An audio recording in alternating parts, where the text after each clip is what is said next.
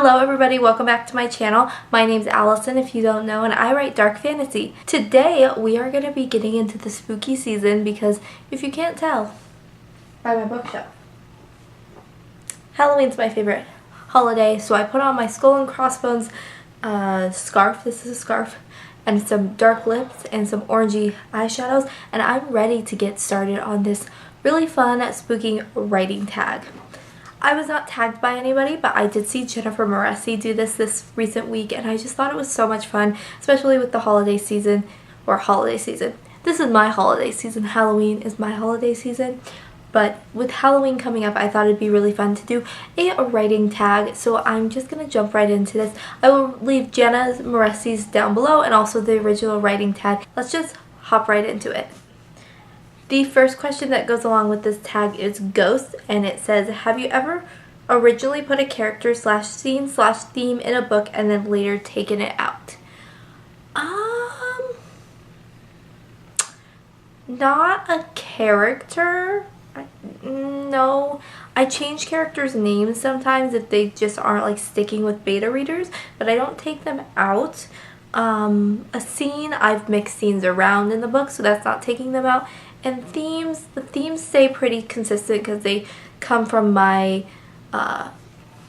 drafting phase. I'm more of a plantser is what I like to call myself, but I don't draft a whole lot, but I do know the themes that I want to keep in my book, so I haven't really taken anything out of, specifically I'm going to be referencing Dark Radiance in this, but I haven't really taken any like themes or characters out of this book that I know of, if I think of one.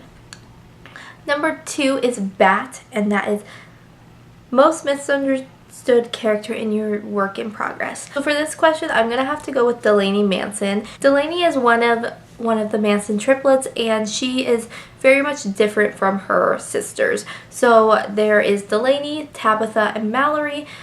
Tabitha and Mallory are identical twins in the triplets because if you don't know, triplets can be identical and then one can be fraternal. So Delaney is the fraternal one. So she already gets that like weird, like she doesn't really belong in the triplet kind of thing. Delaney kind of gets a bad rap because she is the darker of the 3 triplets.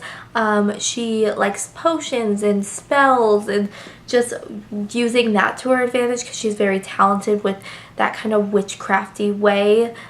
She's learned a lot of that kind of like witchy way, which I really like about her, but they call her the Ice Queen because a lot of the times they don't see her emotions, so she gets a bad rap for being kind of a bitch, but she's not. She actually has a heart, but you just don't see it all the time, so I'm excited for you guys to meet Delaney though. Number 3 is Jackolantern. What is your most common source of inspiration to write? So Jenna made a really good point, is that she kind of has like a chaotic mind, I think she called it, where it just never turns off, and that's me. I'm always creating scenarios in my head. I'm always creating stories and making things up in my head and writing them down, so that's kind of me. I take a lot of inspiration from that, but also music for me is a really big inspiration. I think it's because I was a dancer. I really resonate storytelling with music because I just said I was a dancer, and also musical theater tells stories through music, but I think that really does. But also like movies and TV shows, I really like to watch different TV shows that kind of resonate the kind of darkness. So a lot of my dark inspiration for this book, Dark Radiance, was a lot of like Tim Burton-esque kind of that dark structure, architect kind of stuff, and just the way he creates a setting. So that was something that I really took a part of. So kind of just like a mix of things, movie and TV, music, and just my own crazy brain that never shuts up, and I'll wake up at 3 a.m. with story ideas. Sorry. Number 4 is zombie. Preferred form of writing fuel: coffee, tea, etc. I'm a coffee drinker, so I love any kind of coffee. except for pumpkin spice lattes. I don't like pumpkin flavored things. That's just me. But any other type of coffee, I specifically like iced coffee. Out here in Arizona, doesn't really get that cold ever, so we don't have to have like hot coffee all the time. I do like a hot coffee sometimes, but I do drink a lot of ice, or I drink a Diet Coke. Number 5 is vampire. Cheesiest trope that made it into your novel. For this question, I'm gonna have to go with forbidden love. Like Jenna, I love me some forbidden love, and this forbidden love is mixed in with multiple different characters, multiple different relationships. There's forbidden love between like 3 relationships for different reasons. So I have to say that because I love forbidden love, and I will literally consume every single forbidden love story just because I think it's so great. So great. If you tell people that they can't be together, it just automatically makes tension, sexual tension. So it's great. So there's like 3 different subplot romances that coincide to make a forbidden love. So you'll have to like figure out which ones those are when DR is released. Number 6 is a spider, which is what's a character in your work in progress that's fine from afar but you would not want to interact with if they ever got close. Ooh. The one I'm thinking of I can't actually spill the tea on because that like ruins everything, so let me think. I'm gonna have to go with Ravonna Chadwick.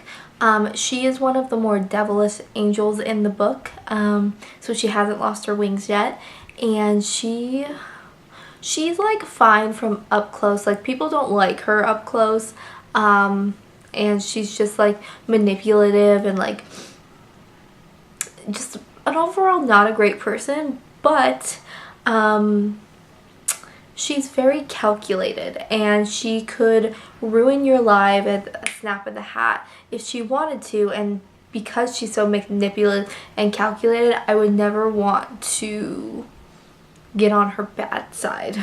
So you'll have to find out why Ravonna is the way she is, but I love her. She's actually named after Hindu demon.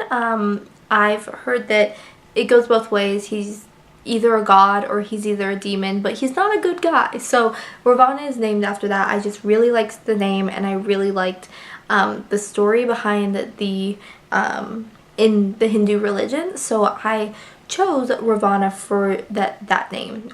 So yeah, if that gives you an indication of how Ravonna is, if you know that story, I'd steer clear of her. Number 7 is Frankenstein's Monster. And the question that goes along with this is, have you ever combined 2 characters into one / split one character into 2? No, I don't. Number 8 is a skeleton. And this is best tips for adding in character baggage without info dumping. Hi, my name is Allie, and I'm an info dumper. So I have a really bad habit of info dumping. In my first draft specifically, I just like try to word vomit onto the page and get it all out and make sure that it's on the page, and then when I go back and edit, I will cut that info dump down or fix it. But my best suggestion is either make it through dialogue, through 2 characters or a group of characters, or do an internal dialogue, but don't make it like 8 pages long. Maybe make it a paragraph, and then that way it's not seeming like it's an info dump, and then as you take that paragraph you can expand on it later on in conversations with characters, or another internal dialogue, or something she reads, or something, whatever your main character's doing. I think it's just making sure you're not just like word vomiting on the page, which I personally am guilty of. Number 9 is Cat, and this is what's a polarizing writing / bookish opinion that you have.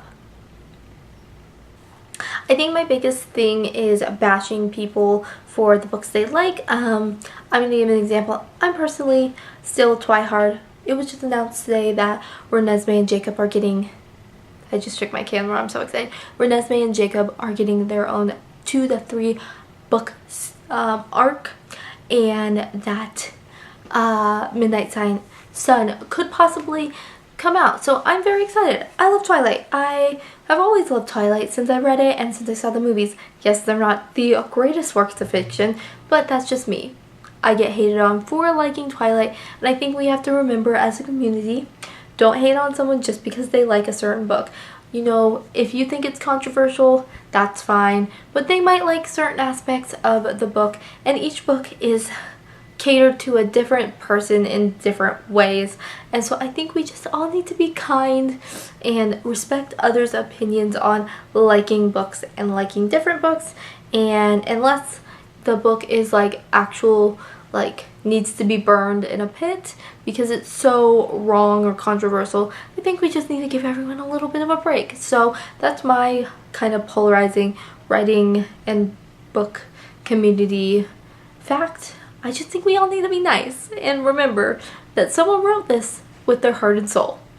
So please be kind and don't tag authors in nasty reviews. Just don't do it. Number 10 is demon. The question that goes along with this is the most frequent writing distraction. Right now, in October, let me tell you a little story. Hockey.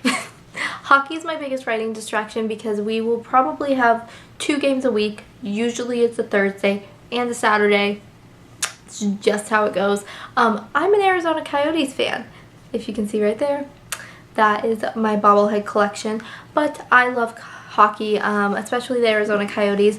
Go Yotes, and I will watch every single game no matter what I'm doing if I can, if I'm at home. And writing goes to the back burner because it's something that I love. So that's my biggest distraction as of late. I have to watch the love of my life in the games. Not going to mention his name because I want to still have a chance one day, and you know, maybe I'll have a chance. But yes, I love hockey, and that is my biggest writing distraction. So I need to work on that. Maybe write during the periods breaks. Maybe right before hockey, right after hockey. I don't know. I don't know what to do. I just love hockey so much. If you like hockey, let me know down below because I'm a hockey girl. I'm not any other sports girl. Like, I don't like football, I don't like baseball, basketball. I could live with playing golf, but I won't watch it, so it's just me.